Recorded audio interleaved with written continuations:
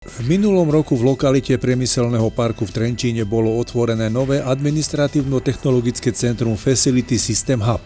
Združuje malých a stredných podnikateľov z regiónu. Táto komunita sa v novej budove stretáva, vzájomne si pomáha a vymieňa si informácie, skúsenosti alebo obchodné príležitosti. Do širokého portfólia služieb centra patrí aj otvorenie exkluzívnej reštaurácie. Podľa majiteľa spoločnosti jej uvedenie do prevádzky je vložením ďalšej tehličky do celkovej mozaiky projektu pre biznis klientelu.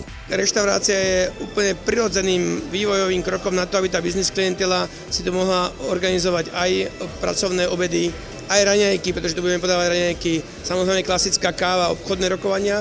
Spoločnosť uzatvorila spoluprácu so šéf-kuchárom členom združenia Aregala Slovensko. To je Európske združenie šéf-kuchárov a ich hlavným leitmotívom je variť národné jedlá v národných reštauráciách moderným spôsobom. Reštaurácia bude ponúkať iný sortiment jedál a služieb, ako poskytujú bežné stravovacie zariadenia. Pre toho zákazníka to bude znamenať minimálne to, že bude veľmi málo produktov v našej reštaurácii, ktoré nájde aj v iných reštauráciách, či už v blízkom alebo širokom okolí. Takže my sa snažíme byť iní minimálne v tom, že budeme ponúkať iné produkty, ktoré možno nie sú až tak moc ľuďom známe. Prioritu úspechu a navštevnosti reštaurácie vidí jej majiteľ vo využívaní a podporovaní potenciálu regiónu. Chceme mať suroviny z okruhu 50 km, aby sme naozaj podporili, keďže toto je regionálny projekt, tak podporili aj v tomto ten región. Nič nie je zlé na slovenskej kuchyni, tá je výborná.